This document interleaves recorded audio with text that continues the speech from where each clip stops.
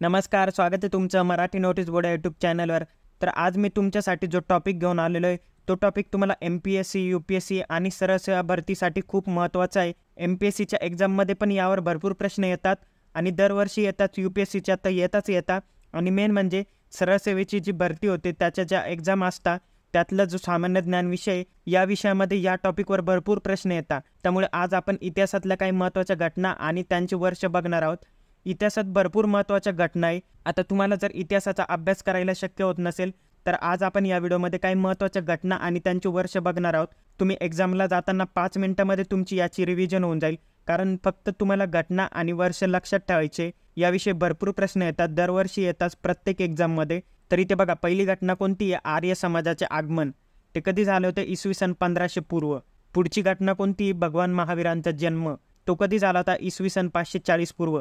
आता जो भगवान महावीरांचा जन्म आहे, हा खूप IMP पॉईंट आहे, त्यामुळे तुम्ही हा नक्कीच लक्षात ठेवा. आता पुढचा पॉईंट कोणता आहे? महावीरांचं निर्वाण. हे कधी झालं होतं? इसवी सन 468 पूर्व. तर आता पुढचा पॉईंट कोणता आहे? गौतम बुद्धांचा जन्म. गौतम बुद्धांचा जन्म कधी झाला होता? इसवी सन 563 पूर्व. पुढचा पॉईंट कोणता आहे? गौतम बुद्धांचं महापरिवर्ण. हे कधी झालं होतं? इसवी सन 483 पूर्व.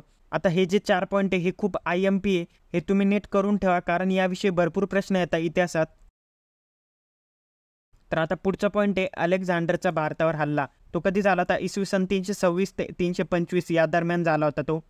हे इथे एडिटिंगमध्ये उलटं झालेलं आहे. इथे 325 ते 326 पाहिजे होतं. हे तुम्ही नीट करून घ्या. त्यानंतर पुढचा पॉईंट आहे अशोकचा कलिंगावर विजय. ही घटना कधी घडली होती? इसवी सन 261 पूर्व. हे साल तुम्ही नीट लक्षात ठेवा. तर आता पुढची घटना आहे विक्रम संवताची सुरुवात. ती कधी झाली होती? इसवी सन 58 पूर्व. पुढची घटना आहे शंख संवताची सुरुवात. ती कधी झाली होती? इसवी सन 78 पूर्व. पुढची घटना काय आहे? हिजरी युगाची सुरुवात. ही कधी झाली होती? इसवी सन 622 पूर्व. पुढची घटना काय आहे? हर्षवर्धनचं शासन. हा कोणत्या दरम्यान होता? इसवी सन 607 इसवी सन 647 पूर्व. या काळात हर्षवर्धनचं शासन होऊन गेला. आता आपण ज्या घटना बघतोय त्या प्राचीन इतिहासातल्या घटना आहे आणि जो आधुनिक भारताचा इतिहास आहे, आधुनिक महाराष्ट्राचा इतिहास आहे, त्यातल्या पण काही महत्त्वाच्या घटना आहे, त्या आपण पुढे बघणारच आहोत. त्यामुळे तुम्ही हा व्हिडिओ एंडपर्यंत बघा. पूर्ण इतिहासातल्या ज्या काही महत्त्वाच्या घटना आहे, त्याचे मी तुम्हाला छोटे छोटे पॉईंट बनवून आणले. हे तुम्ही नीट करून जा. हेन संवताची भारतात भेट. हे कधी झाली होती? इसवी सन 630 पूर्व. त्यानंतर सोमनाथ मंदिरावर हल्ला. हा कधी झाला होता? इसवी सन 1025 पूर्व. सोमनाथ मंदिराचा जो प्रश्न आहे, हा तुम्ही नक्की लक्षात ठेवा, कारण सोमनाथ मंदिरावर जेव्हा पण हल्ले झालेले त्याविषयी भरपूर प्रश्न तुम्हाला येतात. त्यामुळे हा एक पॉईंट आहे, हा तुम्ही नीट लक्षात ठेवा. हा तुम्ही IMPच करून ठेवा. तर आता पुढचा पॉईंट काय? तराईंची पहिली लढाई. ही कधी झाली होती? इसवी सन 1191 मध्ये. त्यानंतर दुसरी घटना कोणती? तराईंची दुसरी लढाई. पहिली लढाई तर आपण बघितली. दुसरी कधी झाली होती? इसवी सन 1192 मध्ये. आता या ज्या काही लढाईच्या घटना आहे, तराईंची लढाई झाली, पानिपतची लढाई झाली, बक्सरची लढाई झाली, या ज्या मेन लढाई आहे, याचे जे वर्ष आहे तुम्ही ते नीट लक्षात ठेवा, कारण हे जे लढाईचे प्रश्न आहे हे 100% येत असतात. MPSCला पण येतात, UPSCला पण येतात आणि सरळ सेवेच्या ज्या काही एक्झाम होतात त्यात सामान्य ज्ञानमध्ये पण प्रश्न येतात. तुम्ही जर हा टॉपिक नीट केला, तुमचे 2 मार्क पक्के होऊन जाणार आहे. त्यामुळे या टॉपिकला तुम्ही बिलकुल इग्नोर करू नका. तर आता पुढची घटना कोणती? गुलाम राजवंशाची स्थापना. ती कधी झाली होती? इसवी सन 1206 मध्ये. तर पुढचं काय? हा सगळ्यात मेन पॉईंट आहे. हा तुम्ही IMPच करून ठेवा. भारताचा इतिहास जर आपण बघायला गेलो तर तो इथूनच सुरू होतो. वास्को द गामाची भारतात आगमन. वास्को द गामा पहिल्यांदा भारतात आला होता. त्यांनी भारताचा शोध लावला, हे सगळ्यांना माहीतच असेल. तो कधी आला होता भारतात? इथे बघा, इसवी सन 1498 मध्ये. तर आता मी तुम्हाला सांगितलं, हा पण जो पॉईंट आहे हा पण खूप IMP आहे. हा पण तुम्ही नीट लक्षात ठेवा, कारण या पॉईंटवर 100% प्रश्न येतात.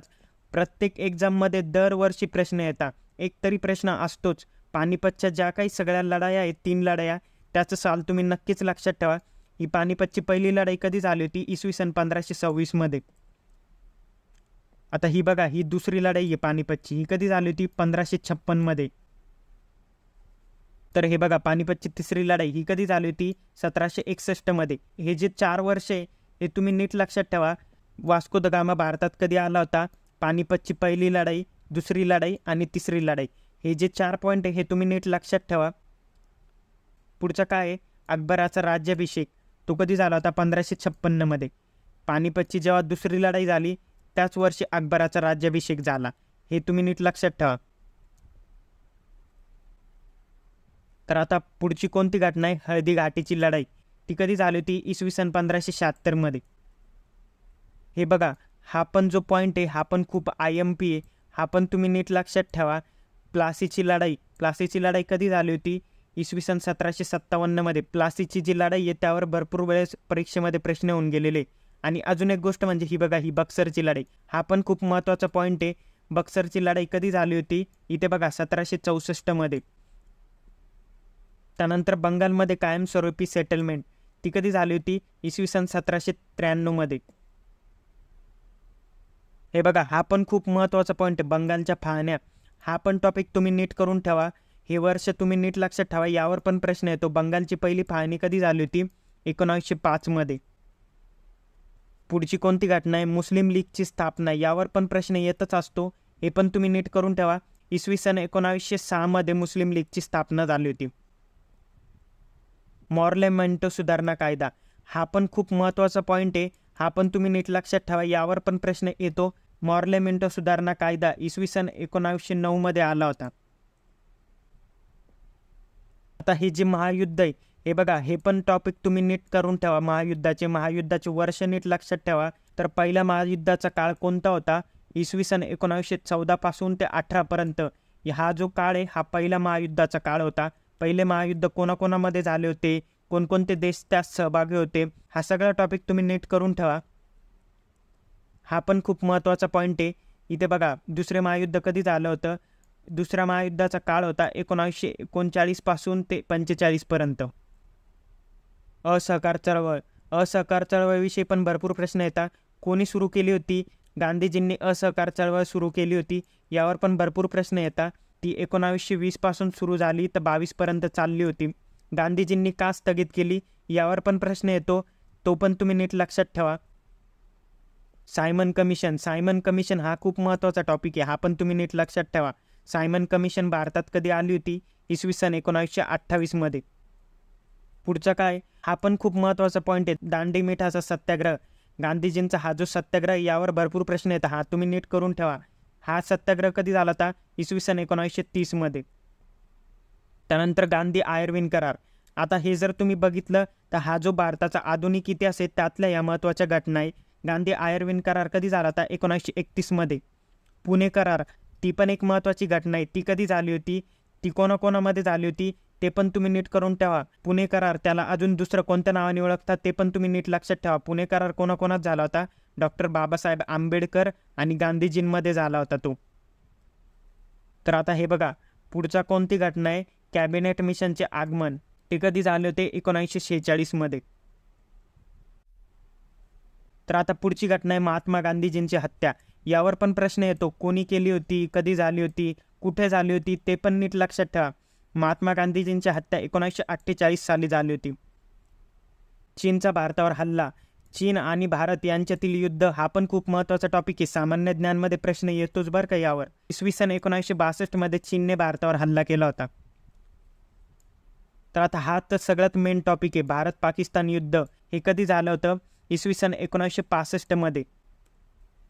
पुढची घटना आहे ताशकंद करार. हा करार कधी झाला होता? इसवी सन 1966मध्ये. पुढची घटना आहे तालिकोटाची लढाई. ही कधी झाली होती? इसवी सन 1565मध्ये. पुढची घटना कोणती? पहिले अँग्लो म्हैसूर युद्ध. तर इथे थोडी प्रिंटिंग मिस्टेक झालेली आहे. हे जे पहिलं अँग्लो म्हैसूर युद्ध आहे हे 1769मध्ये सुरू झालं तर 1776मध्ये संपलं. ही जरा टायपिंग मिस्टेक झालेली आहे, तेवढं तुम्ही ते करेक्ट करून घ्या. तर आता पुढचं कोणतं आहे? दुसरं अँग्लो म्हैसूर युद्ध. हे कधी सुरू झालं होतं? 1780मध्ये सुरू झालं तर 1784मध्ये संपलं होतं. तर पुढची घटना आहे तिसरे अँग्लो म्हैसूर युद्ध. हे कधी सुरू झालं होतं? इसवी सन 1790मध्ये सुरू झालं तर 92मध्ये संपलं होतं. चौथे अँग्लो म्हैसूर युद्ध हे इसवी सन 1799मध्ये झालं होतं. कारगिल युद्ध हा खूप महत्त्वाचा टॉपिक आहे. तुम्हाला माहितीच असेल, यावर पण प्रश्न येतो. कारगिल युद्ध या टॉपिकला तर कोणीच विसरू शकणार नाही. कारगिल युद्ध कधी झालं तर 1999मध्ये. पुढची घटना कोणती? पहिली गोलमेज परिषद. गोलमेज परिषदा ज्या झाल्या होत्या 3, त्याचं साल नक्की लक्षात ठेवा. कधी कधी झाल्या होत्या त्यावर पण भरपूर प्रश्न येतो. 1930मध्ये पहिली गोलमेज परिषद झाली. दुसरी गोलमेज परिषद कधी झाली? 1931मध्ये. तिसरी गोलमेज परिषद कधी झाली? 1932मध्ये. सलग झालं आहे हे बघा, तुम्हाला लक्षात ठेवायला सोपं जाईल. 1930मध्ये एक झाली, 31मध्ये दुसरी, 32मध्ये तिसरी. त्यानंतर हा पण टॉपिक महत्त्वाचा आहे, क्रिप्स मिशनचे भारतात आगमन. MPSCला यावर प्रश्न येऊन गेलेला आहे.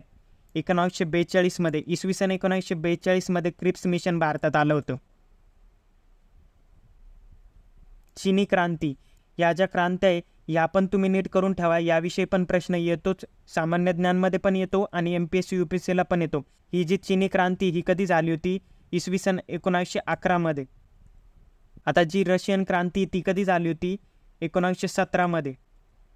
फ्रेंच क्रांती कधी झाली होती? 1789मध्ये. या ज्या 3 क्रांत्या आहे हे जे साल आहे हे तुम्ही नीट लक्षात ठेवा.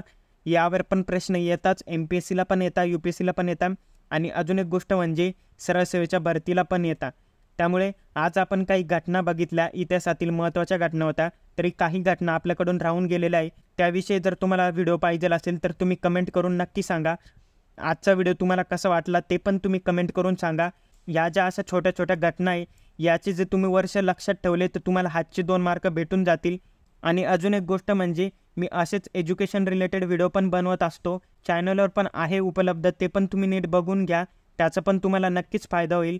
आजचा व्हिडिओ तुम्हाला कसा वाटला ते पण सांगा. त्याच्यामध्ये ज्या मोठमोठ्या घटना आहे तुम्हाला जर त्या लक्षात ठेवता येत नसेल तर मी अशा छोट्या छोट्या नोट्स तुम्हाला बनवून देईल.